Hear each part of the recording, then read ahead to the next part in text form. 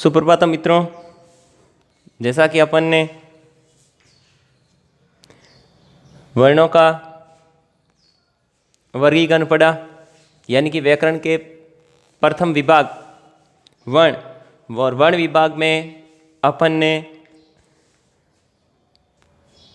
स्वर, व्यंजन, इन सब की अपन ने क्या कर दी, बात कर ली अच्छी तरह से।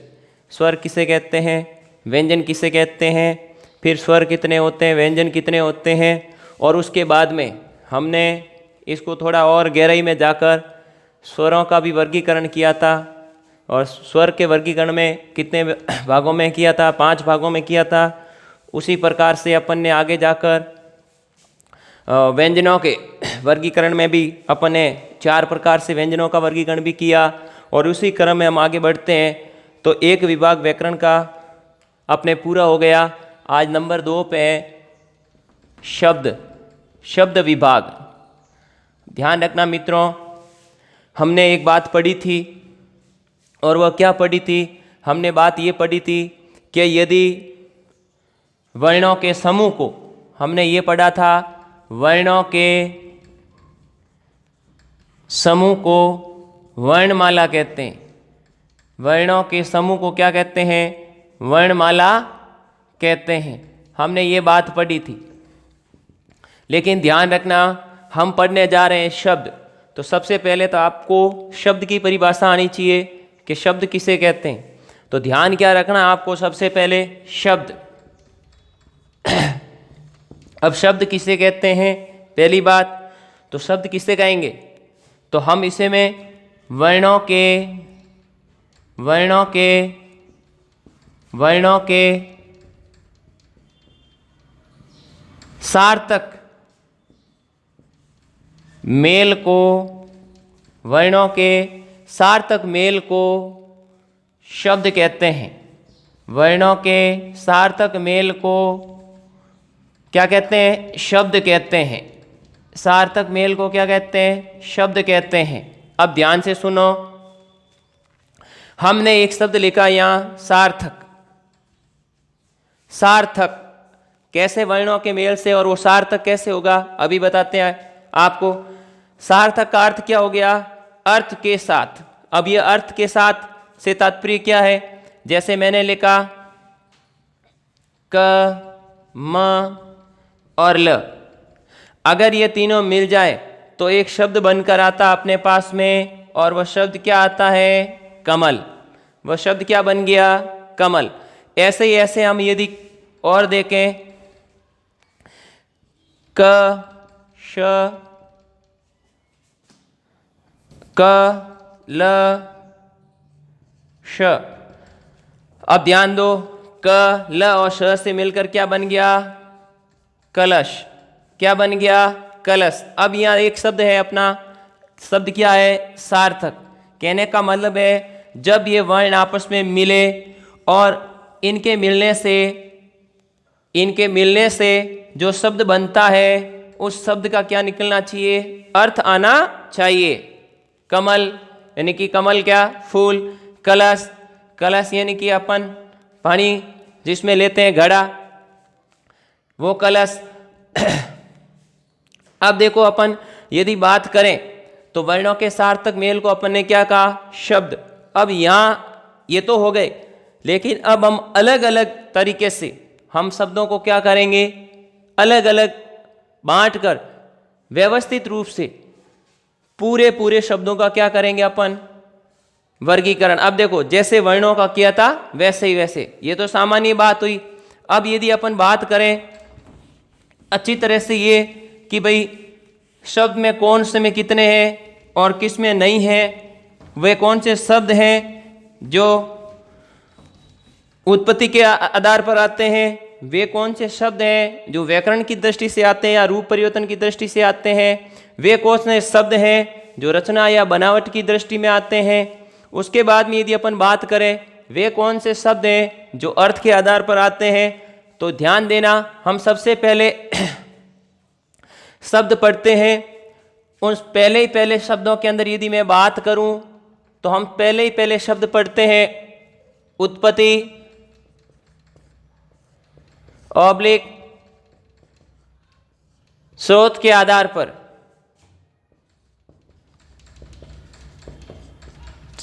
उत्पत्ति या स्रोत के आधार पर। तो हम इनकी बात करें तो ये कितने होते हैं? 5 होते हैं। कितने होते हैं ये? 5। अब देखना ये है कि इसमें 5 कौन कौन से होते हैं। तो नंबर एक पे आता है तत्सम शब्द। नंबर दो और नंबर 2 पे आता है तद्भव शब्द। और यदि अपन आगे बात करें तो नंबर 3, और नंबर 3 पे कौन आता है? आता है अपना देशज शब्द। यदि बात करें नंबर 4 की तो नंबर 4 पे कौन आता है? नंबर 4 पे आता है अपना विदेशी या विदेशज, विदेशी या विदेशज शब्द। और बात करें नंबर 5 की तो नंबर 5 पे कौन आता है? संकर शब्द। हम अच्छी तरह से एक एक भेद की एक एक परिभाषा और उदाहरण के साथ बखूबी से पढ़ेंगे, लेकिन बात यह है कि इनकी परिभाषा पढ़ने से पहले या इनको क्लियर करने से पहले हमें यह पता होना चाहिए कि शब्दों को किस किस के आधार पर कितने कितने भागों में बांटा है। अच्छी तरह से आपको टेबल दिमाग में रहेगी तो सीधी परिभाषाओं के माध्यम से आप आसानी से क्या लिख सकते हो? उनका उत्तर लिख सकते हो। अब यदि अपन यह बात करें तो एक और आता है रचना बनावट। रचना या बनावट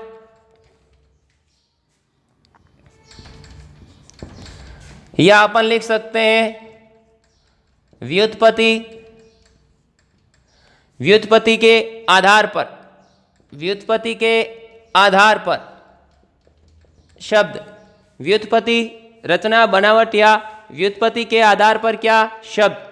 अब ये जो होते हैं इनको कितने भागों में बांटा है?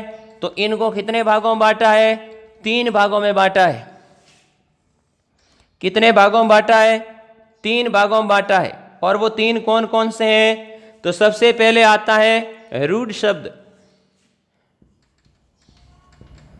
दूसरा होता है अपना यौगिक शब्द। दूसरा कौन सा है? यौगिक शब्द। और तीसरा कौन सा है? योग रूढ़ शब्द। योग रूढ़ शब्द। तीसरा कौन सा है? योग रूढ़ शब्द। नंबर 1 पे है रूढ़, नंबर 2 पे यौगिक और नंबर 3 पे कौन सा हो गया? योग रूढ़ शब्द। अब आप क्या करो, इसका अच्छी तरह से स्क्रीनशॉट ले लो। ध्यान रहे, सबसे पहले उत्पत्ति, स्रोत, इतिहास के आधार पर शब्दों का हमने वर्गीकरण किया जो कितने हैं? 1, 2, 3, 4 और 5। नंबर 1 पे अपना था तत्सम, नंबर 2 पे अपना तद्भव, नंबर 3 पे देशज और नंबर 4 पे विदेशी और नंबर 5 पे कौन सा हो गया? संकर शब्द। उसी प्रकार से अपन ने रचना, बनावट या व्युत्पत्ति के आधार पर अपन ने जो शब्द की बात कही तो अपन ने पढ़ा रूढ़, यौगिक और योग रूढ़, ये 3 भेद। अगले क्रम में चलते हैं अपन। अभी 2 और भाग बनाते हैं अपन, वो थोड़ा ध्यान देना। वो 2 कौन से हैं? हम यदि बात करें अगले नंबर 3 की, किसकी बात करें? शब्द वर्गीकरण में नंबर 3 की बात करें तो नंबर 3 पे जो अपना शब्द आता है वो आता है रूप परिवर्तन। रूप परिवर्तन के आधार पर, या हम यूं लिख सकते हैं व्याकरण की दृष्टि से, या हम अपना इसको और लिख सकते हैं रूप परिवर्तन व्याकरण की दृष्टि से या विकार के आधार पर, विकार के आधार पर नंबर 3 पे। तो ये कितने होते हैं? अब ध्यान ये रखना है, तो हम इनको 2 भागों में बांटते हैं। कितने भागों में बांटते हैं? 2 में। 2 में कौन कौन से आएंगे? उन 2 में, तो उन 2 के अंदर आएंगे अपने, एक तो आएगा विकारी, विकारी शब्द, दूसरा आएगा अविकारी शब्द। इस अविकारी शब्द को ही क्या कहते हैं? अव्यय। अब देखो, अब वय, अब अव्यय से क्या तात्पर्य हो गया? वे शब्द। अब हम वय से अर्थ खर्च से लेते हैं, लेकिन यहां लेंगे अपन वे शब्द जो लिंग, काल, कारक, वचन आदि के आधार पर क्या न हो, परिवर्तित न हो। उन शब्दों को हम क्या कहते हैं? अविकारी या अव्यय। जैसी है वैसी स्थिति में बने रहते हैं। हम बात करें विकारी शब्दों की, तो हम विकारी शब्दों को भी आगे जाकर कितने भागों में बांटते हैं? 4 भागों में बांटते हैं। और अविकारी को भी आगे जाकर अपन कितने भागों में बांटते हैं? 4 भागों में, जो सामान्यतः हम सभी पढ़ते आ रहे हैं। वो 4 भाग कौन कौन से हैं? तो वो 4 भाग हैं अपने, वो 4 भाग हैं अपने नंबर 1, 2, 3 और 4। नंबर 1 सबका नाम, संज्ञा। नंबर 2 सबका नाम, केवल नाम। फिर सबका नाम, सर्वनाम। फिर क्या है? इन दोनों की विशेषता, क्या बन गया? विशेषण। इन दोनों के क्रियाक्रम, तो तीसरा शब्द क्या बन गया अपना? विशेषण। और चौथा बन गया अपना क्रिया। विकार के आधार पर शब्द कितने प्रकार के? 4 प्रकार के। अविकार के आधार पर भी शब्द कितने प्रकार के? 4 प्रकार के। कितने प्रकार के? 4। कौन कौन से हैं? बताइए, पढ़ते आ रहे हो। सबसे पहले क्रिया विशेषण, नंबर 2 संबंध बोधक, नंबर 3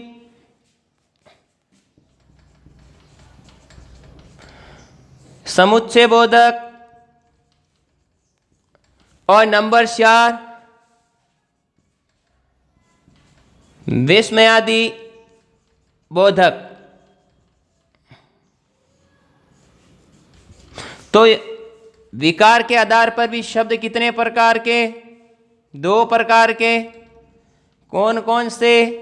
विकारी और अविकारी। फिर यदि बात करें अपन अविकारी की, तो अविकारी कितने प्रकार के? 4 प्रकार से। विकारी कितने प्रकार के? 4 प्रकार से। तीसरे रूप के अंदर अपने फिर एक छोटी सी टेबल बन गई अपनी। विकारी वे शब्द जो लिंग, काल, कारक, वचन आदि के आधार पर क्या हो? परिवर्तित हो, उन्हें हम क्या कहते हैं? विकारी। और जो लिंग, काल, कारक, वचन आदि के आधार पर क्या न हो, परिवर्तित न हो, उन्हें हम क्या कहते हैं? अविकारी। उसके बाद अपन पढ़ते हैं संज्ञा। उसके बाद यदि अपन पढ़े सर्वनाम, उसके बाद में अपन पढ़े विशेषण, और उसके बाद अपन पढ़े क्रिया। सामान्य तो छोटी से बड़ी सारी क्लासों में अपन इनके बारे में पढ़ते आ रहे हैं। उसके बाद अविकारी, अविकारी शब्द भी अपन पढ़ चुके हैं, और अच्छी तरह से अपने हर एक छोटे बड़े कहीं ना कहीं किसी न किसी रूप में वाक्य में इनका भी प्रयोग होता है बखूबी से। दूसरी बात, ये भी 4 प्रकार के। 4 में कौन कौन सा है? क्रिया विशेषण, संबंध बोधक, समुच्चय बोधक और विस्मयादि बोधक। शब्दों से ही पता चल रहा है। देखो, क्रिया की विशेषता बताने वाले, संबंध स्थापित करने वाले, समूह का बोध कराने वाले, और सुख दुख आदि का जहां भाव निकले वह कौन सा हो जाएगा? आश्चर्यचकित का, विस्मय होने का, वो सारे विस्मयादि बोधक शब्द हो जाएंगे। सबका नाम सर्वनाम है और संज्ञा का, संज्ञा जो शब्द है इसका पर्यायवाची शब्द ही नाम होता है। तो प्रत्येक नाम को हम क्या कहते हैं? संज्ञा। सबके नाम को सर्वनाम और विशेषता बताने वालों को संज्ञा, सर्वनाम, विशेषण, और जो हम कर रहे हैं उसको हम क्या कह रहे हैं? क्रिया। अगर हम आगे बढ़े, इसी क्रम में हम आगे बढ़े तो अपने नंबर 4 पे एक और आता है, स्क्रीनशॉट लेते रहना साथ में मित्रों। लाइक शेयर कमेंट्स में कमी न रखना, और साथ ही साथ कोई सवाल में परेशानी हो तो आप आराम से कर सकते हो। रही बात आपका सहयोग ही मुझे आगे बढ़ने के लिए प्रेरित करता है, तो मेरा भी फर्ज बनता है कि मैं बढ़िया से बढ़िया आपके लिए एक एक शब्द का अच्छी तरह से विश्लेषण करके आपके सामने रखूं।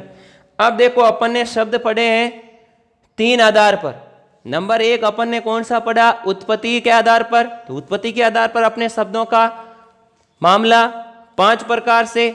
उसके बाद में अपने रचना, बनावट या व्युत्पत्ति के आधार पर तो 3 प्रकार से। और अभी अपन ने पढ़ा है नंबर 3 पे व्याकरणिक दृष्टि से या रूप परिवर्तन की दृष्टि से, तो अपन ने विकार की दृष्टि से तो शब्द पढ़े अपन ने कितने? 2, विकारी और अविकारी। अविकारी को अपन ने 4 भागों में बांटा था और विकारी को अपन ने कितने भागों में बांटा था? 4। इसी क्रम में हम आगे बढ़ते हैं नंबर 4 पे इसके। तो हम यदि नंबर 4 की बात करें, नंबर 4 की बात करें तो नंबर 4 पे जो शब्द है वो है अर्थ के आधार पर। अर्थ के आधार पर शब्द। अब ध्यान रखना, अर्थ के आधार पर शब्दों की टेबल बड़ी है और इसको सबसे अधिक भागों में क्या किया गया है? डिवाइड किया गया है। तो लगभग इसके कितने पढ़ेंगे अपन? करेक्ट रूप से 9 पढ़ेंगे। कितने भाग पढ़ेंगे अपन इसके? 9। तो नंबर 1 पे अपना एकार्थी शब्द। एकार्थी शब्द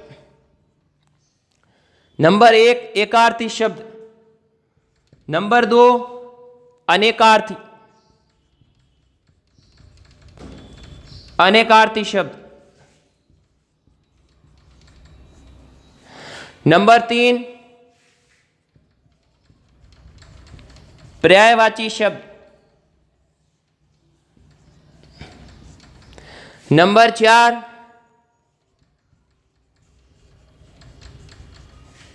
विलोम शब्द। नंबर 4 विलोम शब्द। और नंबर 5 युग्म या समोच्चारित।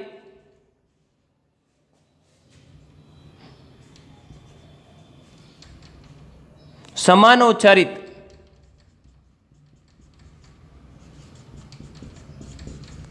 जिनका उच्चारण समान रूप से क्या हो होता हो शब्द।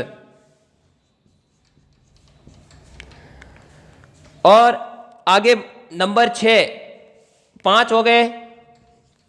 नंबर 6 हम इसको नंबर 6 को ऐसे भी ले सकते हैं, शब्द समूह या वाक्यांश के लिए एक शब्द। शब्द समूह या ऑब्लिक में अपन लिख सकते हैं वाक्यांश के लिए एक शब्द जिसका कोई शत्रु न हो तो वो क्या हो जाएगा? अजात शत्रु। और नंबर 8 समान प्रतीत होने वाले भिन्नार्थक। नंबर 8 समान प्रतीत होने वाले भिन्नार्थक शब्द। एक जैसे दिखने वाले शब्द हैं लेकिन उनका अर्थ क्या होगा? अलग अलग होगा। कैसे होगा? एक एक शब्द की परिभाषा के साथ बताऊंगा कि कैसे होता है। जैसे आप पढ़ते हो अस्त्र शस्त्र, अब एक तौर से देखा जाए तो चाहे वो अस्त्र हो या शस्त्र हो, दोनों ही हथियार हैं।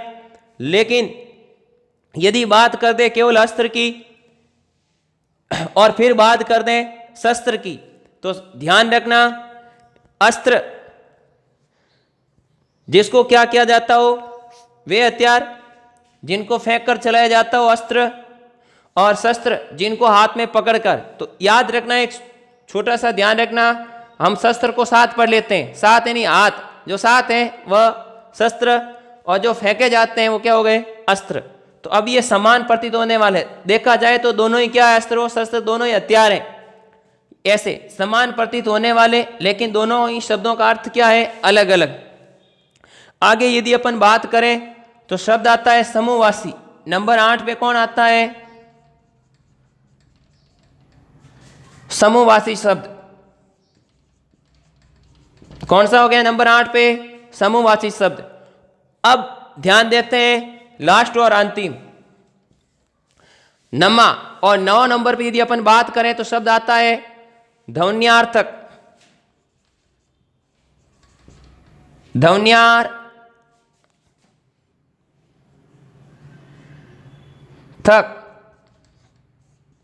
शब्द।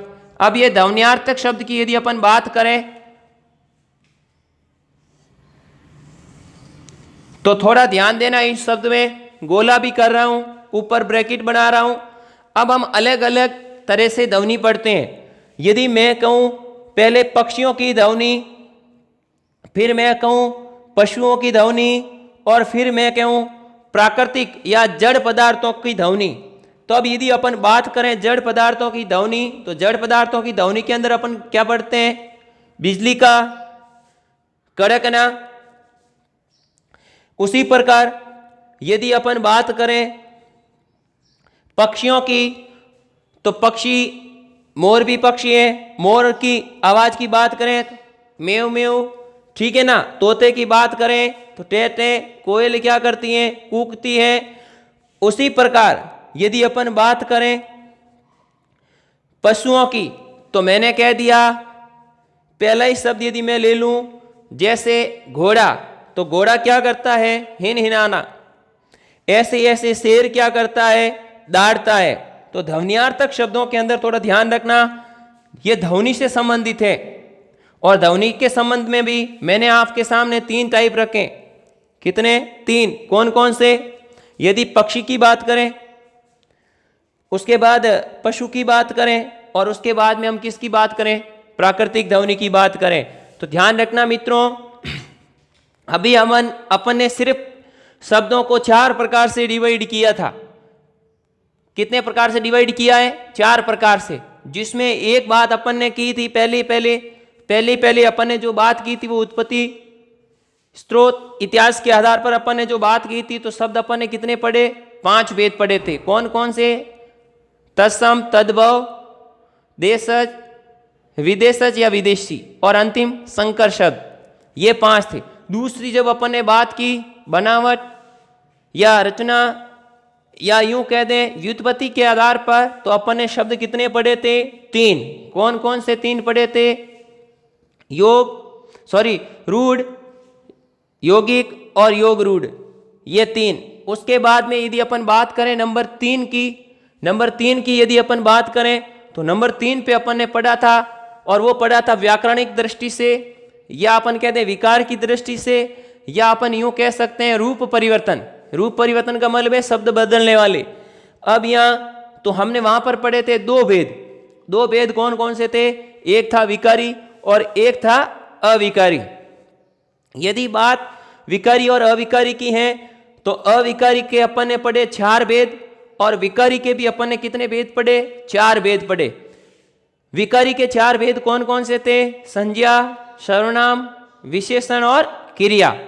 मित्रों, मेरे ख्याल से विकारी शब्दों की जैसी बात आती है तो ये सारे शब्द तुरंत प्रभाव से आपके दिमाग में आ जाते हैं कि ये संज्ञा, हाँ संज्ञा हम 30-34 से पढ़ते आ रहे हैं, मतलब इसके कितने भेद, क्या, ये सारी बातें।